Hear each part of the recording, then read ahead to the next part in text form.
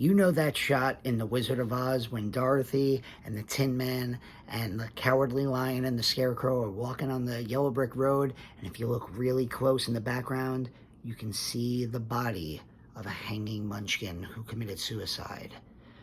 Well, you might have seen it, or you might not. That's one of the many urban legends that is discussed in the premiere of Season 2 of Cursed Films, now on Shudder.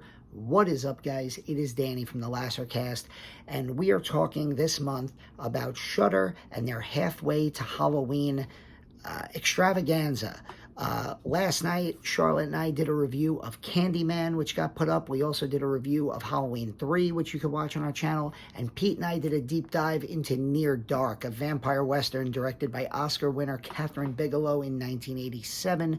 These are all videos you can go to our channel right now and watch. And if you like them, hey, give us a subscribe. We're trying to make it to 400 subscribers, so that would be nice. Cursed Films is back for Season 2.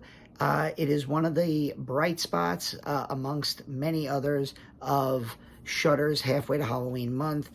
Joe Bob is coming back later in the month with a new Last Drive-In. But let's talk about Cursed Films. Season 1 was really, really cool. Jay Cheel wrote and directed this series, and he focuses on those horror movies that have built reputations, lots of urban legends and curses that surround these productions. Season 1 covered movies like Poltergeist, The Omen, and The Exorcist. And Season 2 starts with a movie that you probably wouldn't classify as horror, but certainly can get a little bit scary if you're a little kid and you're watching it for the first time. And it's, of course, the all-time classic from 1939, The Wizard of Oz.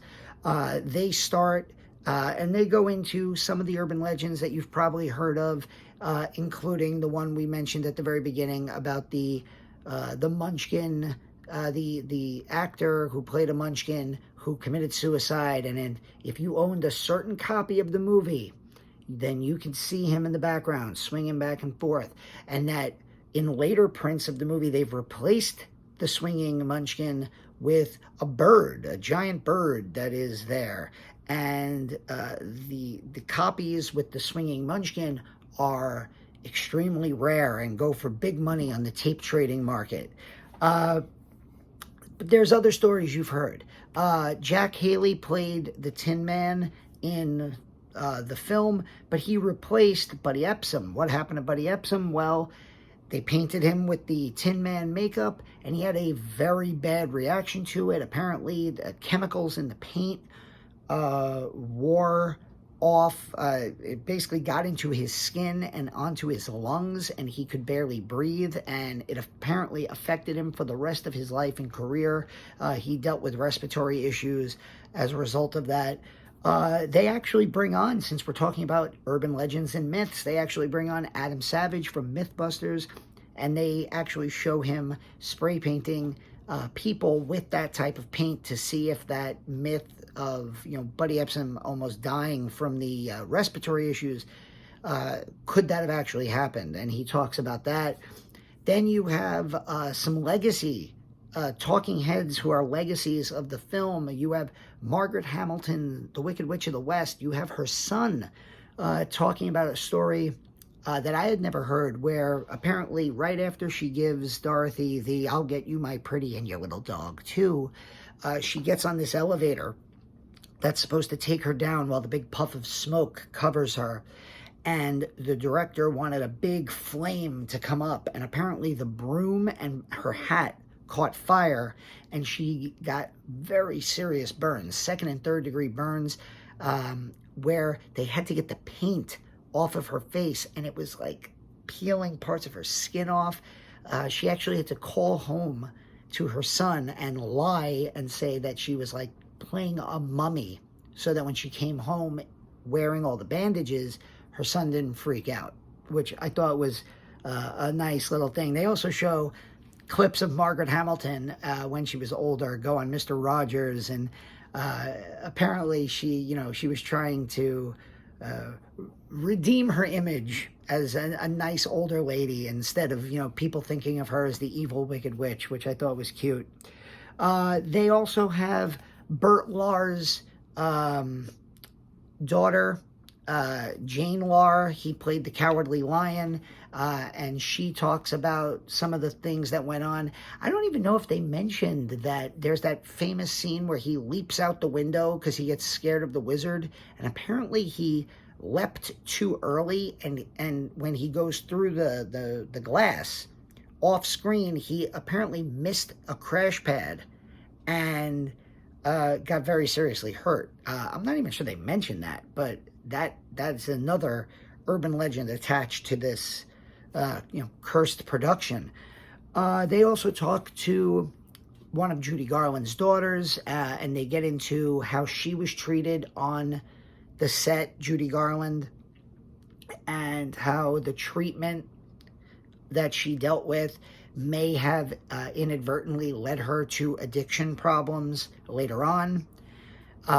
They also talk about how Judy Garland went on the Jack Parr show years later and told stories about the Munchkins apparently partying and drinking and having these sex-fueled parties, and that became its own urban legend on top of everything else. The way that the Munchkins were just these crazy party animals. And that actually got covered in a 1980s film, Under the Rainbow. Director Steve Rash of that film appears in Cursed Films, which is kind of cool. And then there's also, weird things. The snow in the poppy scenes was made of asbestos. Yeah, this was 1939, folks. What are you going to do? The movie, this episode shows reverence to the classic, The Wizard of Oz, but it does bring up its many, urban legends, its myths, its curses that are attached to it. I think it does a good job of kind of disproving those curses and not kind of leaning into the crazy, so to speak. There was a lot of things, there are people that will tell you, like, especially if you go back to season 1, Poltergeist, for instance, the fact that poor Heather O'Rourke, the main girl from the first film, she died of this rare disease in the middle of the third film. The actress who plays the older daughter in part 1 was actually murdered by a crazy ex-boyfriend. So there's all sorts of stories, and you could tell that a lot of times things get uncomfortable for the people talking about them.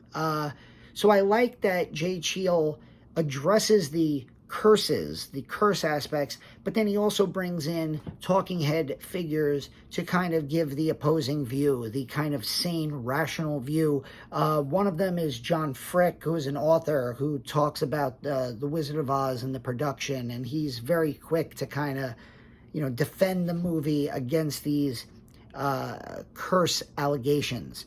So that's one of the nice things about this show. It doesn't just dive into the crazy, which I like. That being said, episode 2, which when you're watching this video, hopefully you are, and you give it a like and you subscribe to our channel. But if you're watching this video, it is going to be up on Thursday, April 14th. And guess what? That is the same day of episode 2. And we are getting into the first part of the Unholy Trinity, Rosemary's Baby. The Omen and The Exorcist were both covered in season 1. Now they're hitting up Rosemary's Baby, another movie about the devil, about satanic cult. So there's going to be some freaky shit in that episode, and I cannot wait to dive into that. This has been season 2, episode 1 of Cursed Films. I'm going to be reviewing all 5 episodes in season 2, along with all of our other Halfway to Halloween coverage on Shudder. Also, before I go, I just want to wish one of my all-time favorite horror films, and one of the best modern horror films, a happy 10 years old, to Cabin in the Woods. 10 years ago today, I was sitting in the movie theater, and I was screaming with glee watching that movie. I absolutely love it, and I might go watch it right now. Who knows? But anyway, this has been Danny from the Lassercast, and we'll see you very soon.